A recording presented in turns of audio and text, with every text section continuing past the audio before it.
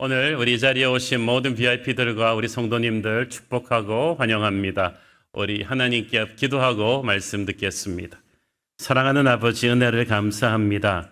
정말 좋은 가을날 하나님 만나기 아주 좋은 날입니다. 오늘 주님께서 말씀하시고 부족한 종은 온전히 감춰 주시옵소서. 예수님 이름으로 기도했습니다. 아멘. 사람은 혼자 살 수 없는 존재입니다. 그래서 사람의 인생에서 제일 중요한 것은 만남입니다. 누구를 만나는가에 따라서 흙 속에 묻혀있던 인생도 눈부시게 비상할 수가 있고 잘 나가던 인생이 한순간에 무너질 수도 있습니다. 그래서 저는 저희 아이들 위해서 축복 기도할 때 항상 기도하는 것이 만남의 축복입니다.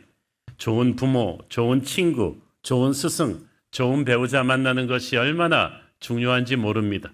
그러나 우리 인생에서 가장 중요한 만남은 따로 있죠. 오늘 그 만남에 대해서 함께 한번 은혜를 나누고자 합니다. 오늘의 주인공은 삭개오죠. 이 삭개오가 태어나고 자란 활동하고 있던 여리고는 그 당시에 아주 이름난 부유한 도시입니다.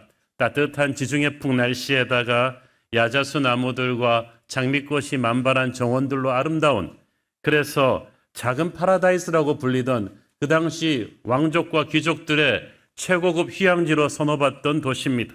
게다가 무역과 상업이 활발했고 발삼이라고 하는 향유 수입을 통해서 막대한 돈을 벌어들이고 있던 유명한 상업 도시죠. 요즘으로 치면 미국의 마이애미나 하와이 같은 절경의 해안 도시요, 경제산업의 부흥지였던 셈인데 삭개오가 거기에 세리장이었다. 거기에 세금 걷는 모든 사람들의 총책임자, 요즘으로 말하면 여리고 국세청장이죠. 그런데 그 당시 세금 걷는 세리들은 피라미드식 조직 시스템을 가지고 있어서 자기들의 수입의 커미션을 일단 떼서 전부 세리장한테 바쳐야만 했어요. 그러니까 여리고라는 크고 유명한 도시에서 걷는 세수액도 엄청날 텐데 거기서 세리들의 수입의 일정액을 전부 다 삭개오가 커미션으로 챙기니까 삭개오는 최고 부유층에 속했겠죠. 아마 여리고 최고의 집을 가지고 좋은 자동차도 몰고 명품으로 완전히 치장하는 그런 의리의리한 인생을 살았을 거예요. 그러나 그의 성공의 이면에는 아주 뼈아픈 아픔이 있었죠. 당시 세리들은 높은 수입에도 불구하고 사람들의 경멸의 대상이었습니다. 그 당시 로마의 식민지였잖아요.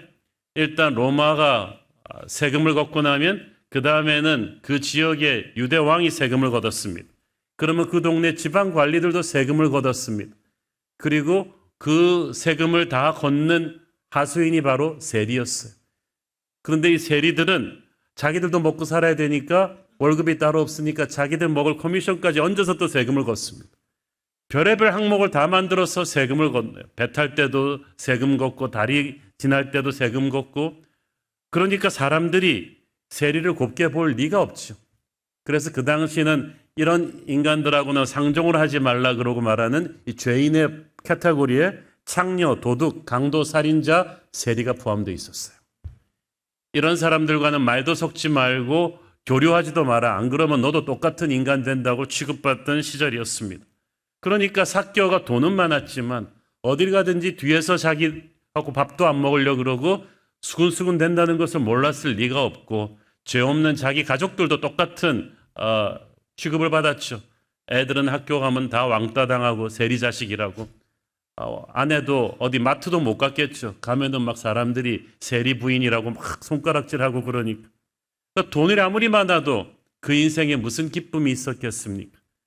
성공한 인생이지만 가장 공허하고 불행한 사람이었습니다. 그런데 아이러니컬하게도 삭개오라는 이름의 뜻이 순전하고 깨끗하고 의롭다 하는 뜻이에요. 부모가 이름 하나는 기가 막히게 지었습니다. 아마 그런 인생을 살라고 지어줬을 텐데 실은 자기가 그렇게 살고 있지 못하니까 그 괴리감에서 오는 죄책감, 삭개오가 힘들었을 거예요. 그래서 남들이 보기에는 다 가지고 있지만 속으로는 이게 사는 게 아닙니다.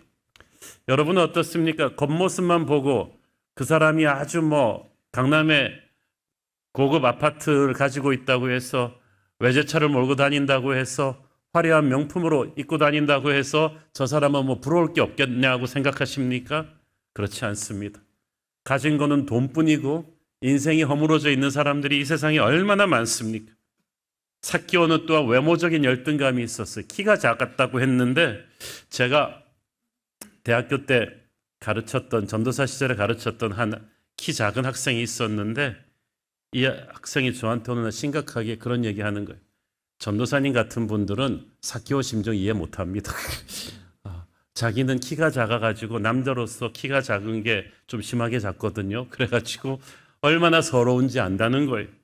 근데 심리학자들의 조사에 의하면 사람의 외모에 있어서 여자분들은 자신들의 외모와 체중에 굉장히 예민하시고 남자분들은 자기의 키에 대해서 굉장히 예민하다고 합니다. 요즘도 갈수록 그 외모 지향주의가 강하잖아요. 근데 누구나 한 번쯤은 자라면서 자신의 외모에 대해서 고민해 본 적이 많을 것입니다. 왜 나는 눈이 작을까? 왜 나는 여드름이 이렇게 많을까? 키가 작아서 고민인 사람도 있지만 어렸을 때부터 키가 또 너무 커갖고 고민인 친구도 봤어요.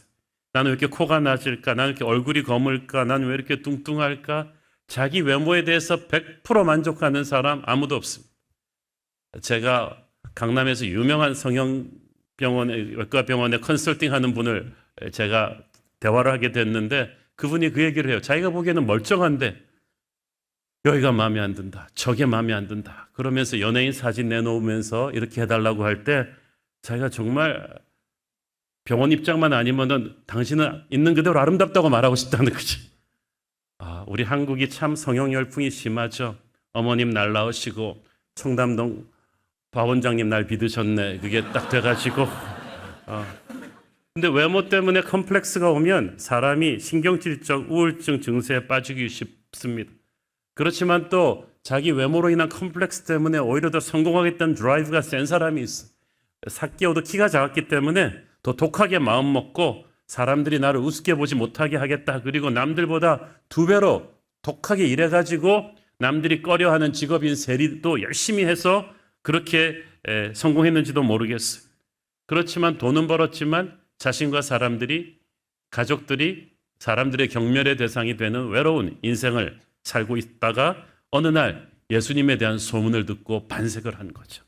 3절 읽습니다. 그가 예수께서 어떠한 사람인가 하여 보고자 하되 키가 작고 사람이 많아 할 수 없어. 여기서 성경은 간단하게 예수께서 어떠한 사람인가 보고자 했다고 되어 있지만 원문을 그대로 의미를 번역한다면 이런 거예요.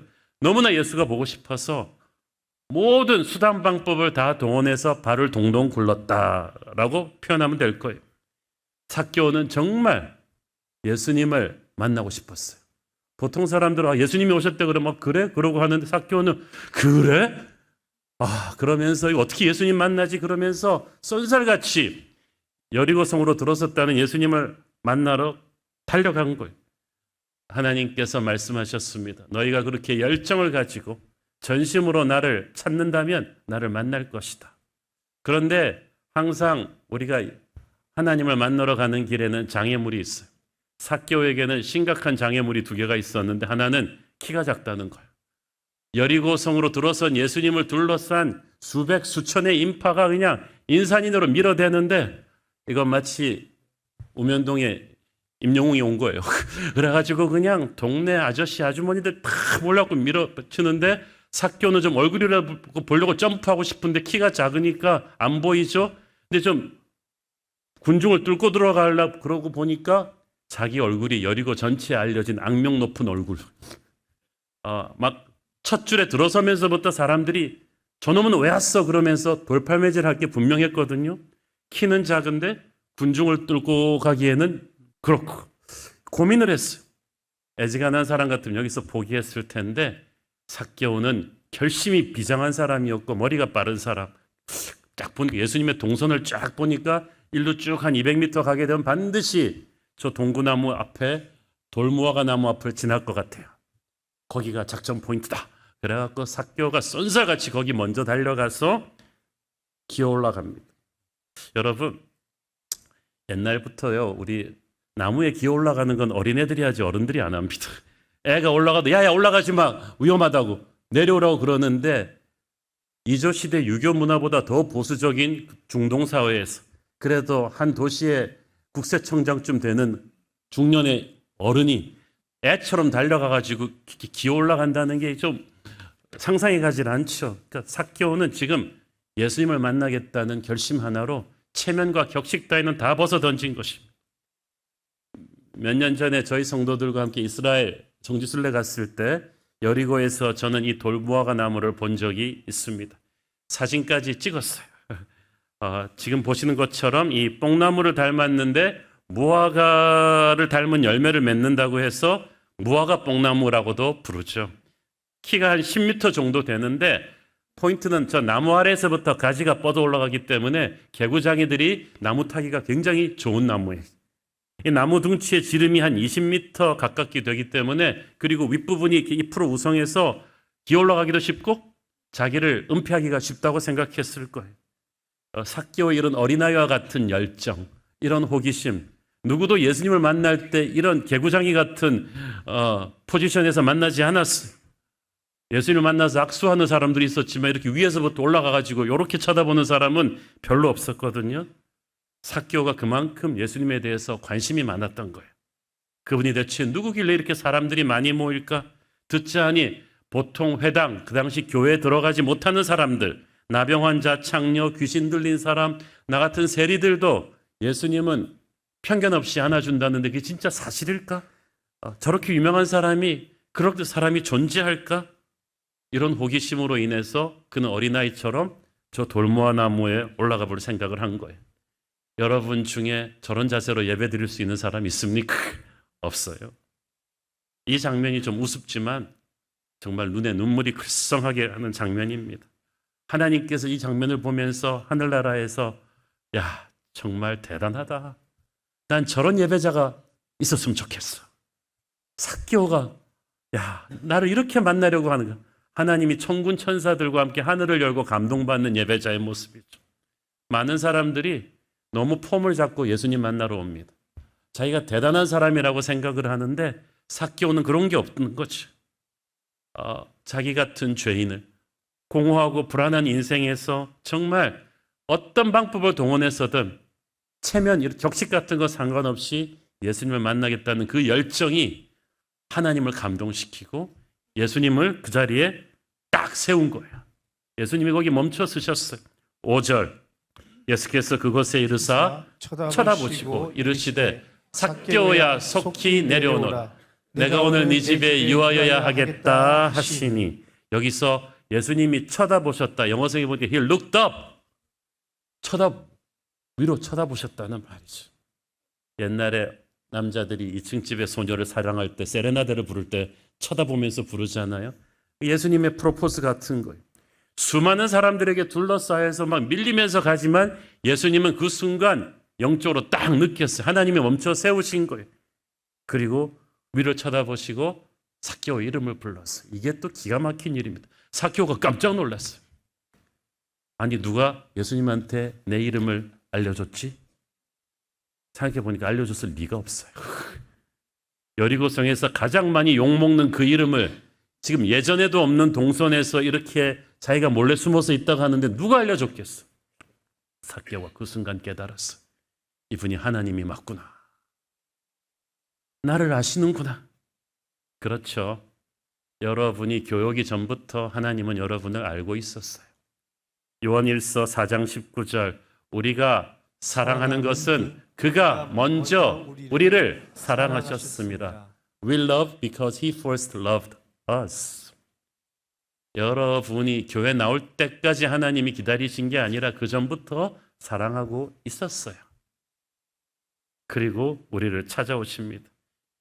모든 세상의 종교는 인간이 고행을 해서 신을 찾아가는 여정인데 기독교만 하나님이 우리에게 찾아오시는 사랑이. 삭개오의 이름을 부르면서 주님은 삭개오의 모든 것을 알고 계셨어요. 삭개오는 예수님의 눈을 보는 순간에 딱 알았어요. 이분이 내 인생을 알고 있구나. 예수님의 입에서 순전하고 고귀하고 아름다운 자의 이름을 불리는데 삭개오가 너무나 부끄러웠겠죠. 그 순간에 예수님이 자기의 인생을 알고 있다는 걸 알았어요. 내가 어렸을 때부터 이 작은 키 때문에 얼마나 열심히 성공하려고 노력했는지, 그래서 사람들이 손가락질하는 세리라는 직업을 택했어도 수단 방법 가리지 않고 남들보다 밤잠 안 자고 이래까지 왔던 이 순간들, 그리고 성공을 이루었지만 자기로 인해서 왕따 당하고 멸시당하는 가족에 대한 미안함, 이 모든 것들의 컴플렉스를 주님은 다 아시고 자기 이름을 부르신 거예요. 그 순간에 삭개오의 마음이 쿵쾅쿵쾅 뛰기 시작합니다. 제가 좋아하는 찬양 가사 중에 이런 노래가 있어요. 아름다우신 예수님, 내 모든 것 아시는 나의 주님, 주님 앞에 나오면 내 상한 마음을 위로해 주시는 아름다우신 하나님. 예수님은 삭개오의 이름만 부른 것이 아니라 그의 인생 전체를 안다고 하십니다. 그리고 자기의 인생 스토리를 알고 나면 바로 자기에게 등을 돌리는 게 정석인데, 예수님은 등을 돌리는 게 아니라 한 걸음 더 나오셔서 잘됐다, 내가 오늘 너희 집에 유하여야 하겠다. 여기서 유하여야 하겠다는 것은 저녁을 너희 집에서 먹을 것이다, 너희 집에서 묵을 것이다, 나는 너를 이렇게 잠깐 만나고 스치고 싶지 않다. 그 당시에 식사를 같이 하겠다는 것은 나의 친구, 나의 동격으로 인정하겠다는 거죠. 순식간에 여리고에서 가장 경멸받던 사람이 가장 화려한 VIP로 등극하는 순간입니다. 예수님은 잠깐 여러분 인생 스치려고 오신 게 아니라 여러분의 손을 잡고 남은 인생을 함께 동행하기를 원하시는 거죠. 기독교는 하나의 종교 의식이 아니라 우리의 인생 전체가 들어가는 거예요. 예수님의 동선에는 우연이 하나도 없습니다. 예수님은 여리고에 관광 오신 게 아니라 삭개오 만나려고 오신 거예요. 그 많은 사람이 있지만 예수님의 눈에는 너만 보인다. 이게 삭개오에게 주는 예수님의 메시지였죠.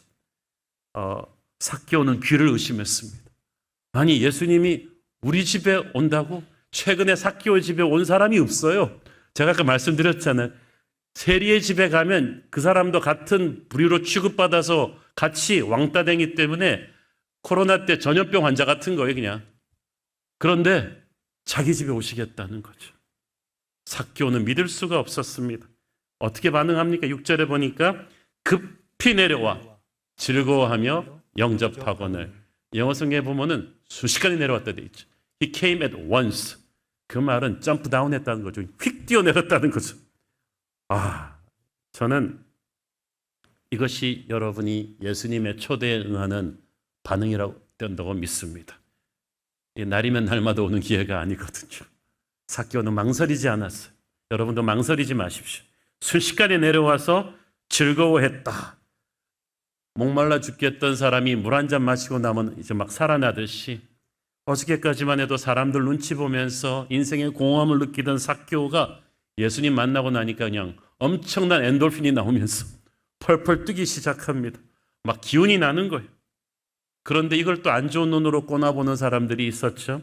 7절, 무사람이 보고 수군거려 이르되 저가 죄인의 집에 유하로 들어갔도다. 항상 보면은 가장 가까운 이웃들이 나를 비판해요. 이 사람들은 예수님이 여리고에 어디서 묵을까가 이게 초미의 관심사예요. 그래서 아니, 하얏트도 있고 메리아트도 있고 에어비앤비로 해봐도 좋은 집들이 많은데 왜 하필 저 집이야? 다들 충격을 받은 거죠. 저 사람 뭔가 스토리가 있나? 왜 저런 사람이 예수님을 모시게 되지? 그리고 막 삭개오를 막 욕하기 시작하는 거고 예수님을 막 욕하기 시작하는데, 여러분 상관하지 마세요. 항상 사람들은 여러분을 뒤에서 비난을 합니다마는 예수님은 상관하지 않으십니다. 오직 예수님께만 시선을 집중하고 오면 돼요. 그렇게 이제 예수님을 모시고 집으로 가는 삭개오는 세상 태어나서 여리고에서 제일 행복한 사람이에요. 어저께까지 경멸하던 삭개오를 예수님이 팔짱을 끼고 가니까 전부 다 부러워가지고, 아까 그랬잖아요. 임영웅이 왔는데 하필 이 동네 모든 사람들 제쳐두고 평수도 작고 조그만 여러분을 사랑하고 여러분 집에 가서 묵겠다 그러니까 갑자기 함께 걸어보세요. 그냥 완전히 여러분을 보는 시선이 달라지는 거죠. 그 삭개오가 너무 신이 났어. 예수님 모시고 이제 길을 쫙 걸어갔는데 집으로 수백 번 걸었던 그 길이 이제는 달라 보이는 거죠. 주님을 모시고 가니까. 그런데 삭개오의 눈에 들어오는 사람들이 있었어요. 여리고성에는 부자 도시지만 또 가난하고 헐벗은 거린들이 많고 불쌍한 사람들이 많았습니다. 그런데 삭개오는 지금까지 그 사람들이 수없이 있는 거리를 다녔지만 한 번도 신경 쓰지를 않았어요. 그런데 처음으로 주님과 함께 가면서 예수님이 그 사람들을 만져주시고 사랑의 눈으로 쳐다보시는 것을 본 거예요. 평소에 자기가 살면서 무관심했던 그 사람들의 모습이 생전 처음 다가오기 시작했어요. 주님과 함께 가면서 보니까, 예수님의 눈으로 보니까 자기가 부끄러워지기 시작했어요. 그리고 그 가난하고 헐벗은 사람들도 자기와 똑같은 신세구나라고 생각하니까 사랑이 일어나기 시작했어요. 자, 드디어 집에 예수님을 모시고 들어왔어요. 삭개오 집에 1,500년 만에 이렇게 큰 손님 오신 거예요. 그러니까 이게 지금 한 30분, 1시간 전에 일어난 해프닝이기 때문에 뭐 시장 갈 겨를도 없죠. 그냥 냉장고에 있는 거 아무거나 다 꺼내와야 돼요. 예수님이 오셨다는 사실에 막 가족들 다 달려 나오고 일하던 사람 다 뛰쳐나오고 막 정신없습니다. 그런데 예수님을 모시고 자기 집안으로 들어가는데 여리고 최고의 부자 중에 하나니까 온갖 화려한 미술품과 고급 가구들과 장식물들, 어저께까지 봐도 자기의 프라이드였던 그 고급 물건들이 우리 주님을 모시고 들어가니까 마음이 별로 편하지가 않은 거예요. 아까 길에서 본 가난하고 헐벗은 사람들이 계속 눈에 들어오면서 자기가 정말 자린고비처럼 먹을 것 안 먹고 안 입으면서 이런 명품들을 샀는데 예수님이 아무 말씀도 안 하신 거예요. 그게 삭개오의 마음을 더 쿵하고 찔렀어. 내가 정말 잘못 살았구나. 마침내 식사 자리에 앉았어. 자, 삭개오 집에 들어올 수 있는 사람들이 누구였다 그랬어요? 잘난 사람들은 못 따라 들어와요. 정말 여리고에서 제일 가난하고 병들고 힘든 사람들, 도둑, 사기꾼, 창녀 이런 사람들이 다 들어와가지고 앉아가지고 생전 처음 먹어보는 좋은 음식을 먹으면서, 그런데 주님이 자기들 고등학교 동창처럼 격이 없이 막 대화하시는 거죠.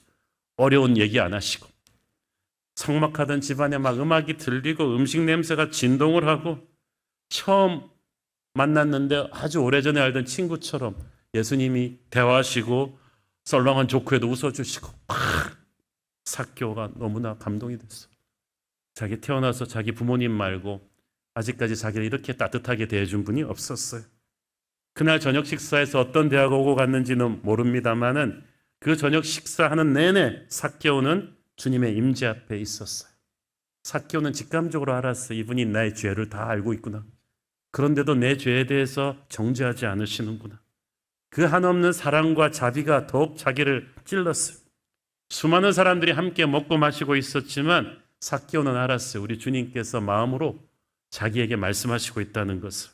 내가 너를 사랑한다. 내가 너의 죄를 용서할 것이다. 너는 나의 자녀가 되어야 된다. 한 말씀 한 말씀 예수님의 그 메시지가 삭개오 안으로 들어와서 그 영혼을 무장해제시키고 있었습니다.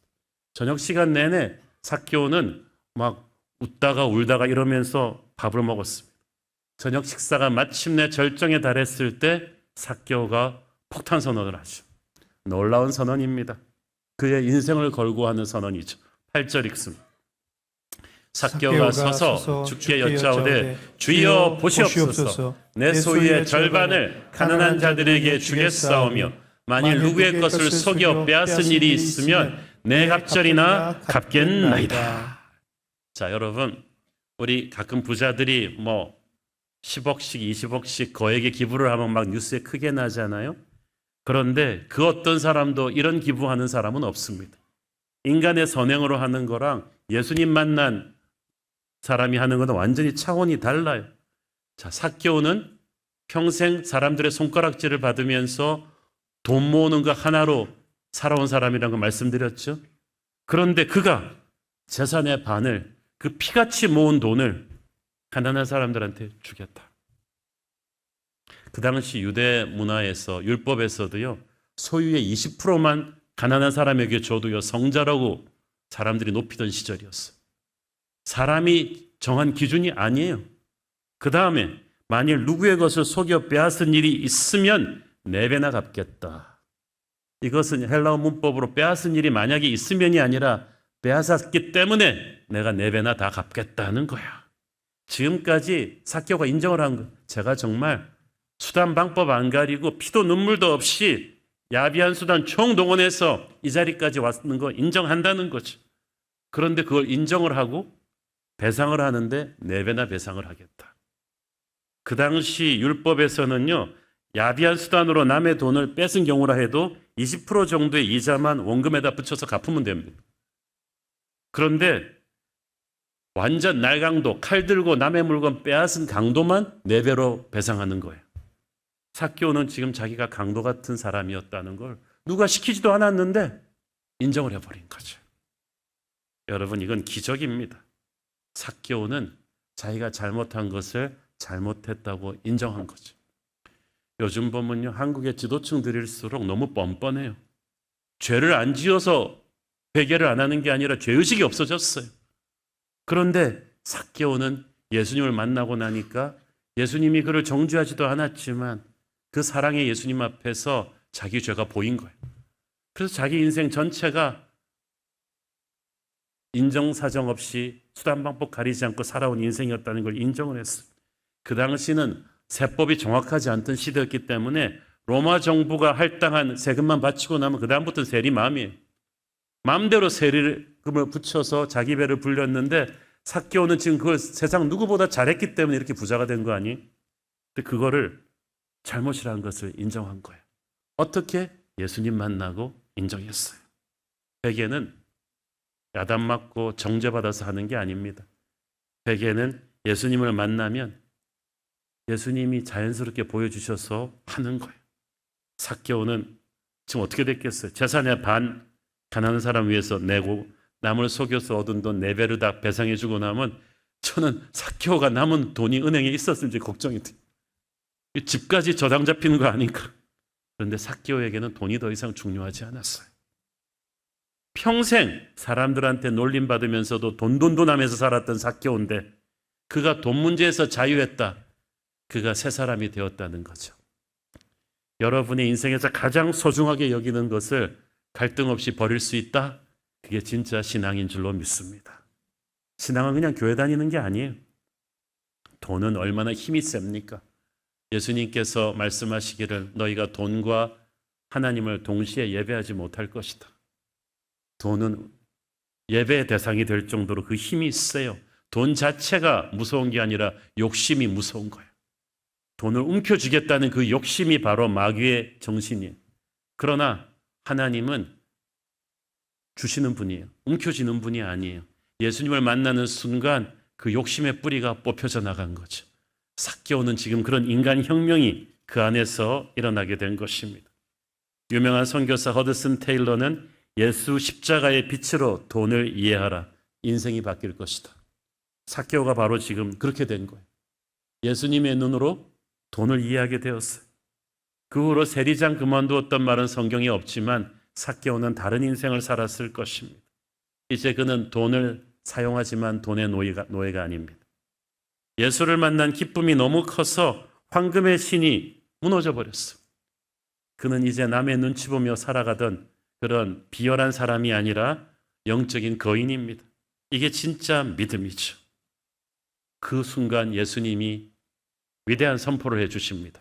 9절 읽습니다. 예수께서 이르시되 오늘 구원이 이 집에 이르렀으니 이 사람도 아브라함의 자손임이라. 삭개오가 재산을 내놓아서 구원받은 게 아니라 이미 구원받았기 때문에 재산을 내놓은 거예요. 그걸 보면서 예수님께서 이제 너는 가치관이 완전히 바뀐 믿음의 사람이 되었구나. 이미 예수님은 나무 위에 삭개오를 볼 때부터 눈과 눈이 마주쳤을 때부터 이 사람은 하나님의 사람이 될 것을 아셨어요. 그래서 사람들은 삭개오를 부자라고 생각했지만 그의 마음은 예수님 없이는 살 수 없는 가난한 사람이었습니다. 그래서 자기 전 재산 다 내놓고도 그는 예수님 앞에서 너무 좋아가지고 기쁨에 젖어서 울고 있었죠. 예수님께서 선포하셨어요. 오늘 구원이 이 집에 이르렀다. 삭개오 너 혼자가 아니라 너의 아내, 너의 자녀들이 다 예수 믿을 것이다. 다 하나님의 축복의 통로가 될 것이다. 야, 이 말이 또 기가 막힌 말이에요. 사실 이때까지 삭개오는 가족들한테 너무 미안했어요. 돈은 많이 벌어다 주었지만 자기 때문에 자기 처자식이 어딜 가든지 손가락질 당하고 친구도 없이 산다는 것을 너무나 잘 알고 있었어. 면목이 없었는데 오늘 한 방의 가장 역할을 제대로 하게 됐어요. 예수님께서 말씀하시는 거예요. 삭개오의 자녀들에게 애들아 봐라. 너희 아빠를 이제 자랑스러워해야 된다. 나는 너희 아빠 때문에 이 집에 온 거야. 너희 아빠를 내가 축복하고 구원할 거야. 그리고 이제 너희 아빠로 인해서 너희들도 같이 천국 가는 거야. 삭개오의 부인에게 말씀하는, 이제 더 이상 당신 남편을 부끄러워하지 마세요. 당신 남편 때문에 내가 당신을 살릴 것입니다. 이제부터 이 집은 축복의 집이 될 것입니다. 이 말을 하는 순간에 그냥 그 집은 발칵 뒤집어지는 거죠. 여러분, 한 명이 예수님을 만나는 그 순간부터 여러분의 가정이 축복을 받는 기적이 시작될 것입니다. 삭개오가 예수님 만난 돌무화과 나무가 교회입니다. 삭개오가 태어나기 수백 년 전에 그 나무는 거기에 있었지만 그 나무를 심은 사람도 설마 수백 년 뒤에 거기서 삭개오와 예수님이 만나는 여리고 최고의 명소가 될 줄은 몰랐을 거예요. 지금도 이스라엘 여리고 가보면요, 삭개오 뽕나무 앞에 모든 세계에서 온 성지순례객들이 다 모입니다. 아무것도 없어요. 나무 하나 딱 있는데 거기 다 모이는 거죠. 왜? 한 가난한 영혼이 예수님을 만난 자리니까. 교회가 바로 그런 것입니다. 교회는 사람과 하나님이 만날 수 있도록 판을 깔아주는데요. 만남의 장소죠. 영적 파산 상태에 있던 삭개오 같은 사람들이 예수님을 만나서 변하게 되는 것이 바로 교회입니다. 삭개오가 바로 강남 사람 같아요. 성공하고 다 가졌는데 영혼이 너무나 외로운 사람들. 그들이 예수님을 만나서 하나님께 자기 인생을 드리고 그들의 가정이 변하는 것이 바로 교회인 줄로 믿습니다. 여러분이 교회에 오시게 된 것은 그러므로 우연이 아니에요. 여러분은 예수님의 초대를 받고 온 거예요. 교회에서 여러분이 예수님 만나서 인생이 변화되는 그런 축복이 있게 되기를 바라고, 이미 예수님 믿으신 분들 이 자리가 얼마나 축복된 자리인가를 결코 잊지 마십시오. 기도하겠습니다. 주님 은혜를 감사합니다. 누가 알았겠습니까? 그날 그 여리고의 그 나무에서 엄청난 우리 생애 최고의 만남이 이루어질 줄은. 그 돌무화과 나무 교회 앞에서 예수님을 만난 간증이 우리에게 있고, 오늘 처음 교회 나오신 분들 삭개오처럼 우리 주님 만나주시고 축복하여 주시옵소서. 예수님 이름으로 기도했습니다. 아멘.